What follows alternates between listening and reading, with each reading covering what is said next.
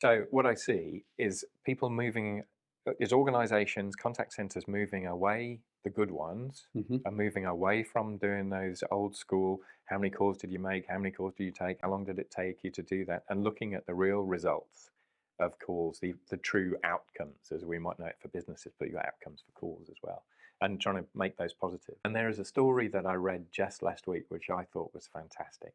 And I'll name drop quite happily here, but a contact of mine on LinkedIn said that he'd had he'd had some issues. He was sick and he had an insurance policy, or somebody in his family was sick, had an insurance policy that came up, and Tower had looked after him Hmm. and his family, so much so that it was a real life-changing thing for their family.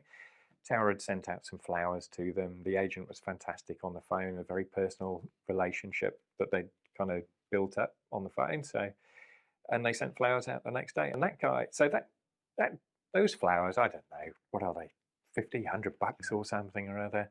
But it meant so much to him that he broadcasted out on his LinkedIn to Oh, everybody he knew. And you can't buy marketing, you can't buy goodwill like that. And how many people, if you look through his thread, how many people were saying they were going to move their insurance to Tower?